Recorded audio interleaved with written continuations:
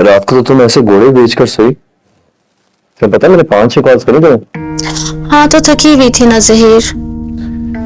स्ली of करके रो रो के थक कर सो गई होगी। रोना तो नहुसत होती है ना जहीर।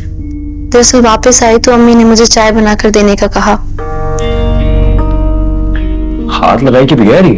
अरे तो क्या हो गया, थकी हुई थी बेचारी। तो उन्होंने मुझे मीठी चीजें बनाने का कहा था ना, खीर नहीं तो चाय सही। और आपको पता है मेरे हाथ की चाय पीकर ना एकदम ताजा दम हो गई अम्मी। आपको पता है घर वापस आते ही ना ढेरों कपड़े निकाल लिए अम्मी ने। कहती है शादी के दौरान कपड़े धोने का वक्त ही नहीं मिला। अरे तो आने से पहले ही तो मैं लॉन्ड्री वाले को 9,000 रुपए का बिल अदा करके आया हूँ। तो वो पैसे उन्होंने दवाओं वगैरह के लिए रख लिए होंगे ना।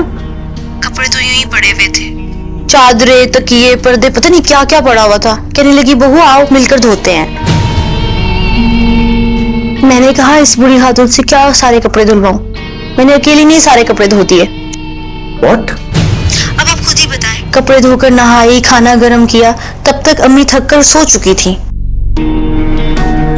फिर मैंने एक पेन किलर ली, इसलिए आपके फोन की बल पर मेरी आंख ही नहीं खुली। तो मैंने तो तुम्हें 11-11:30 बजे कॉल की थी।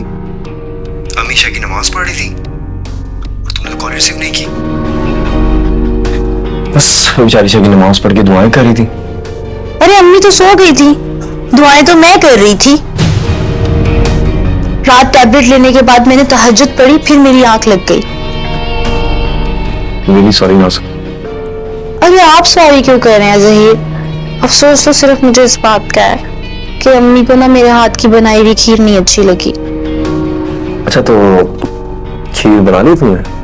आपको पता है बहुत खुशी खुशी मैंने खीर बनाई थी, लेकिन अम्मी को बिल्कुल पसंद नहीं आई। उन्होंने खींच के कटोरी मेरे मुंह पे मारी। यकीन करो नाज़ो, कभी कभी लगता है तुम झूठ बोल रही हो, क्योंकि मेरी अम्मी इस तरह की है नहीं यार। तो मैंने कौन सी अम्मी की बुराई की है? मुझसे थोड़े से चावल मोटे रह गए थे और वो बड़ी है मुझसे, जरा सा बहू पर कंट्रोल रखने के लिए वो ये सब कर रही होंगी ना। चलो ये बात फिर भी मानने वाली है। और जहीर बाकी बातें भी मैंने आपसे सच कही हैं, मगर अब आप उनसे पूछने मत बैठ जाइएगा, मुझे उनके साथ यहाँ अकेले रहना है।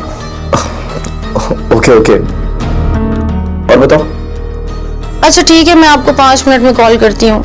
रात को इतने कपड़े धोए हैं और सुबह से ना खीर पकाने में लगी हुई थी। मुझे इतना बुखार हो रहा है, मैं मेडिसिन खा लूं फिर आपको कॉल बैक करती हूँ। हाँ बिल्कुल नाज़ो, और मेरी बात सुनो, आज आराम करना।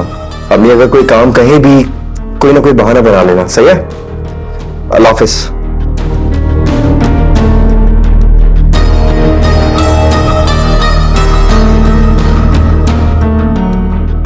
मैं कौन सा सारे काम खुद करने लगी, सारे घर के काम इस बुढ़िया से ही करवाऊंगी।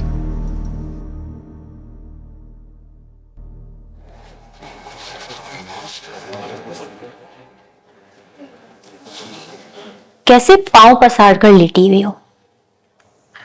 पारो आओ आओ।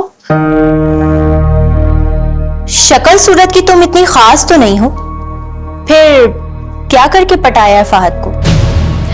प्लीज बैठो ना पारो। ऐसा क्या किया तुमने जो फहद चट मंगनी और पट ब्याह कर ले आया तुम्हें? चाय भी होगी, मैं बना के लेकर आती हूँ। तो तुम मुझे ताना दे रही हो कि हमने तुम्हें नाश्ता नहीं करवाया? नहीं नहीं पारो, मैं तुम्हें ताना नहीं दे रही हूँ, फहद गए हैं नाश्ता लेने के लिए। तो तुम ऐसे कौन से फकीर खानदान से बिलोंग करती हो कि तुम्हारे घर से नाश्ता भी नहीं आ सकता?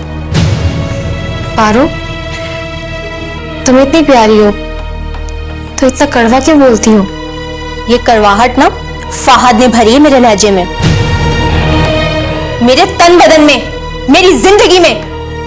देख लेना, जिस आदमी से तुमने शादी की है ना, सर पटक कर रोती रहोगी। क्या मतलब? जिस इंसान को तुम बहुत सोबर और मीसना समझ रही हो ना, उसने अपनी पूरी जवानी मेरे साथ एंजॉय की है, और जब उम्र निकल गई तो किसी और से शादी कर ली। क्या?